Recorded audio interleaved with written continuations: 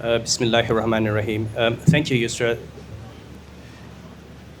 It's so difficult to talk about a particular point at which you begin to realize the importance of education. I think we all have a responsibility as parents to make sure that from the very first points in our children's lives, they learn that education is the most important thing. For me, I think that's what's happened basically. I grew up being taught that there was nothing more important than education. And then as one grows older and one reads and one reflects on life, you begin to find more and more reasons why that is the only truth. There is no alternative to that truth. So if I try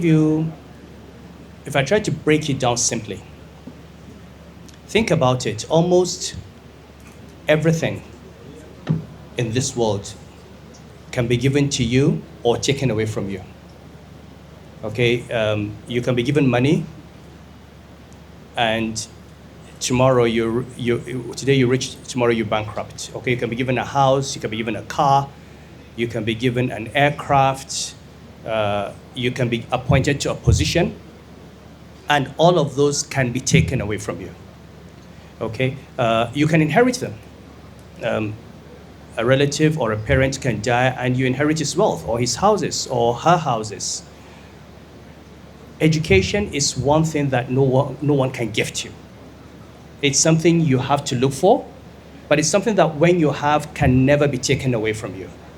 Okay, once you have, it's if you're educated, you're educated. No one, no tyrant, no oppressor, no ruler can take away your education. At the same time, no one can give it to you. No matter how educated your father is or your mother is, they never die and have the education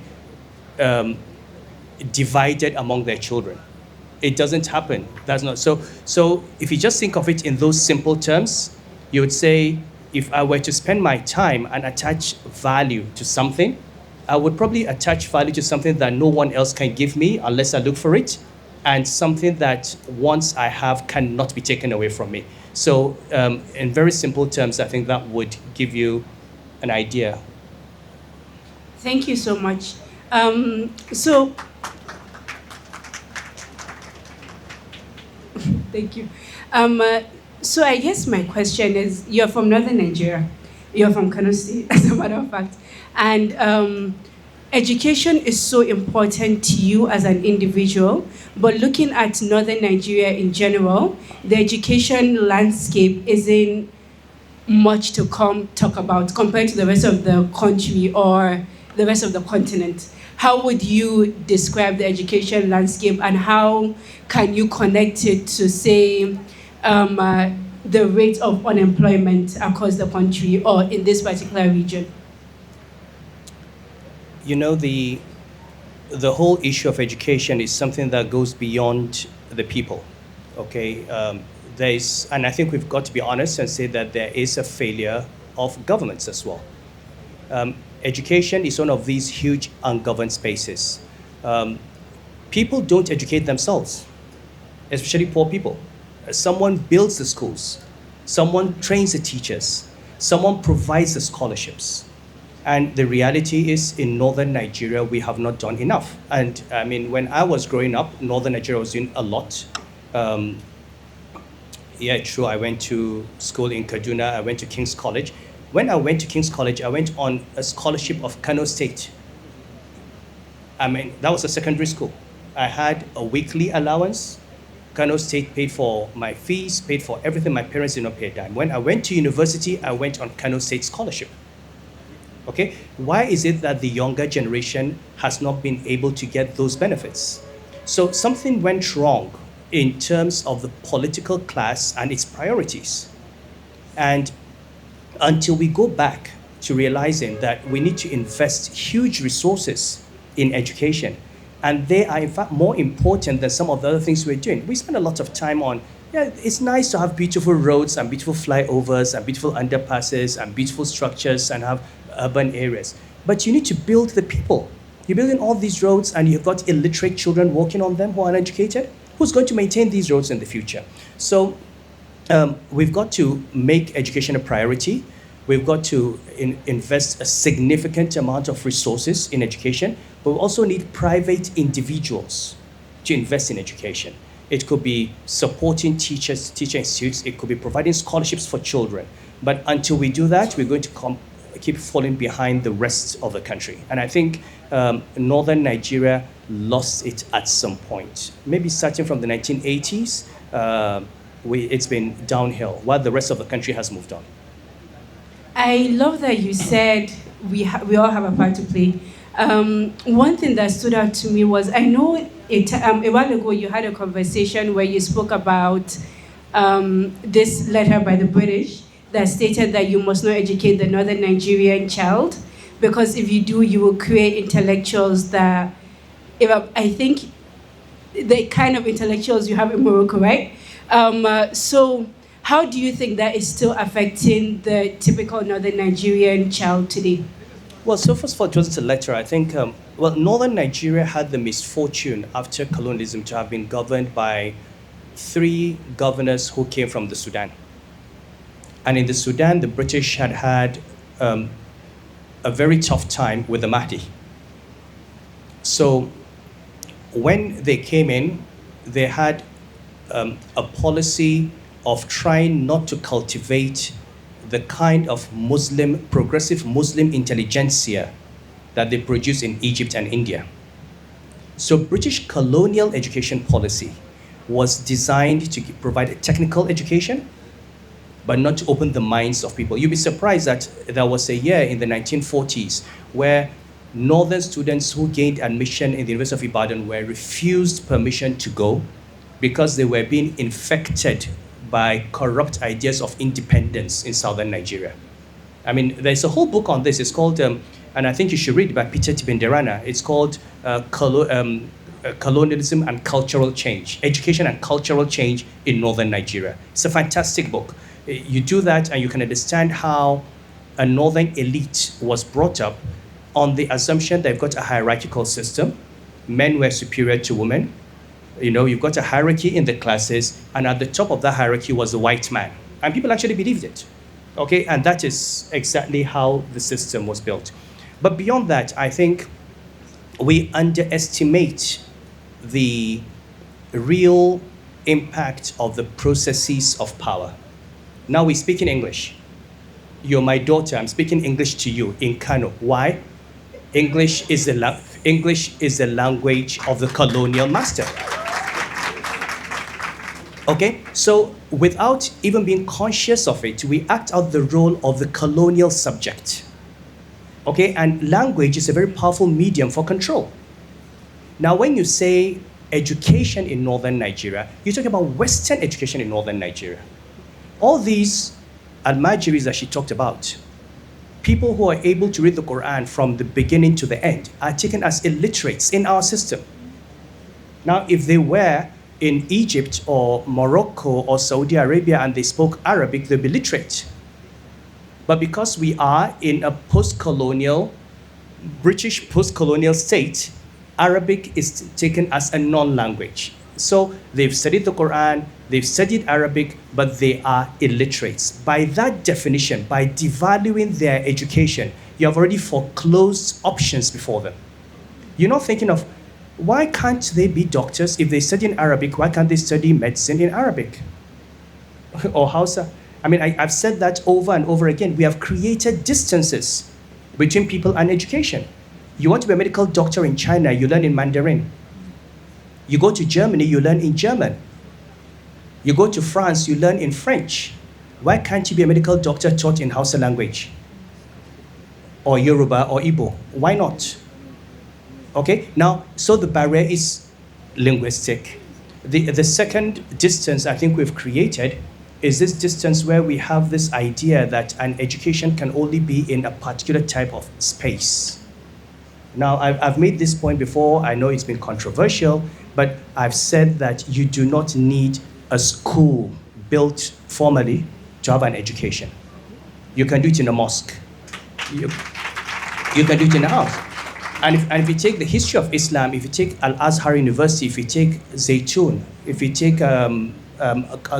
Qarawiyyin, all these universities were around mosques.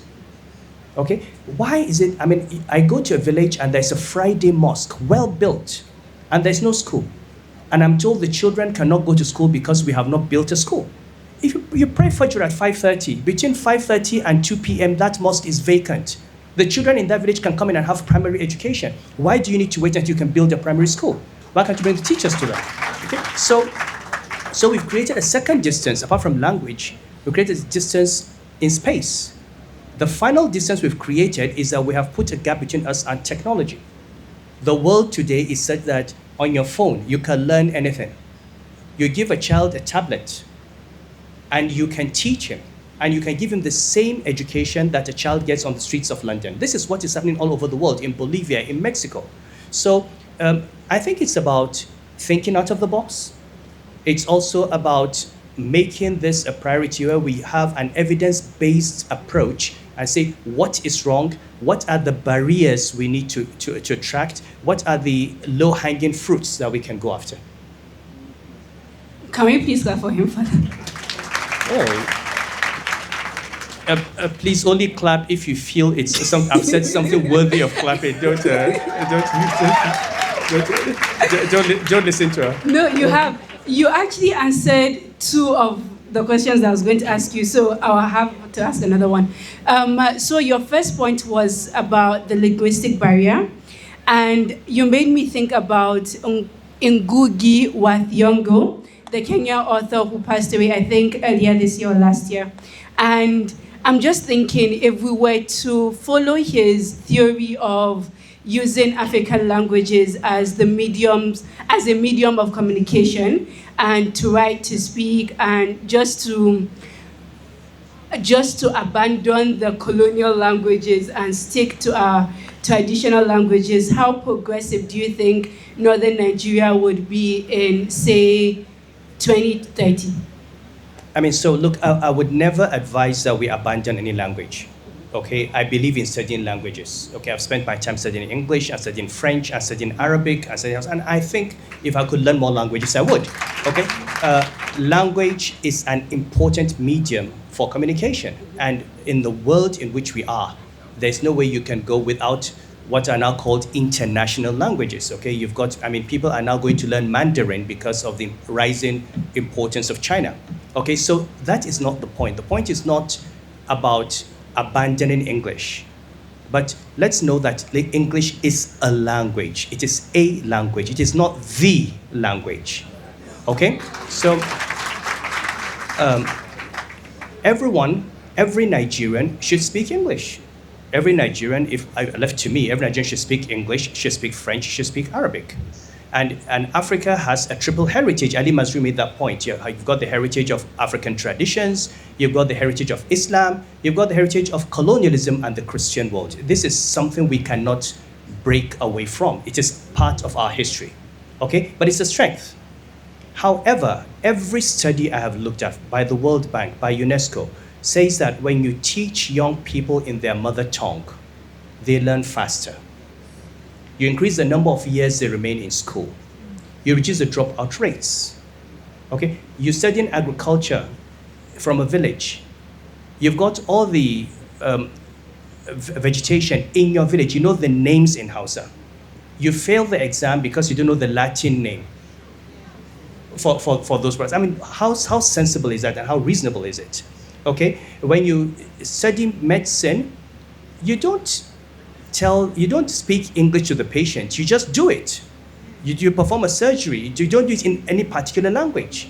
So you can learn, and the question is, if that is a faster way, it's much easier, I think, to teach people to be physicists and mathematicians and doctors in Hausa language in northern Nigeria than to teach all of them English first, and then from English turn them into doctors and engineers. Mm-hmm. Many of the teachers have a problem even communicating in English language. So until people have the courage, and there is some progress. I know Bayero University has recently concluded the translations of many of the books for primary school and secondary school, mathematics, physics, chemistry. I encourage that. I know the translations have been done. I've been trying to push for a change in educational policy You can teach them in Hausa and then tell them the English equivalent of those words. They can sit WAEC, and when they see the question in English, they know exactly what they've been asked. And they can do the calculations. And so we need to think, how do we reduce the obstacles before them and fast track their access to that education? Speaking of obstacles, a lot of people in rural areas believe that sending their girls to school is a waste of time. Don't I won't ask you if you think so. No, and it's true. It's not because education is bad in itself, but because we are giving them lousy education. If you send your child to a school and after 6 years they've learned nothing, it's a waste of time. Okay, because we talk about all these millions of out-of-school children.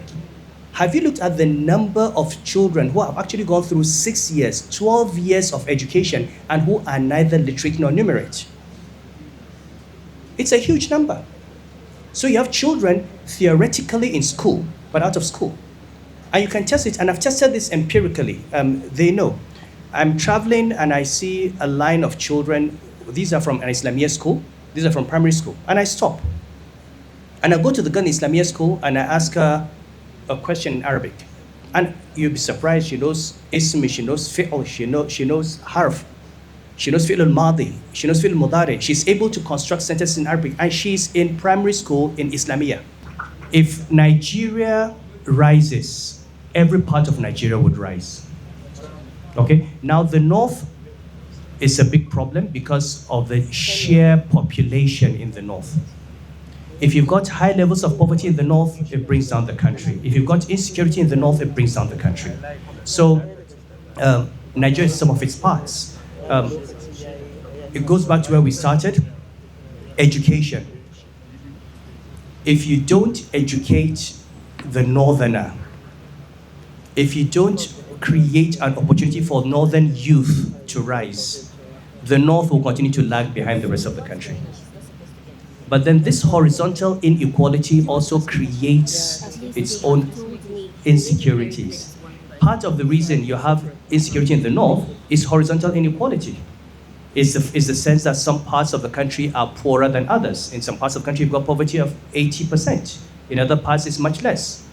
And where you have poverty is where you have insecurities, where you have malnutrition. So you've got to deal with education, deal with the economy, invest in industries, create jobs, and that's the only way the North is going to rise. But to be honest, when I speak and when I think about Nigeria as a country, which is why when people say, oh, so much is happening in Lagos, I say, look, if Lagos works, at least one part of Nigeria is working. Okay? Next is to say, how do we make Kano work? How do we make Maiduguri work? How do we make Sokoto work? How do we make Port Harcourt work? The solution is not to bring others down. It is, how do we raise ourselves? And Lagos is working because Lagos invested in education. And you know, a lot of what's happening in Lagos is happening because of the education of the people. And if we invest in education, that's where we'll be. Thank you so much. And with that, we're rounding up. And I hope that everybody goes home thinking, what can I do to make Kano work tomorrow? Thank you.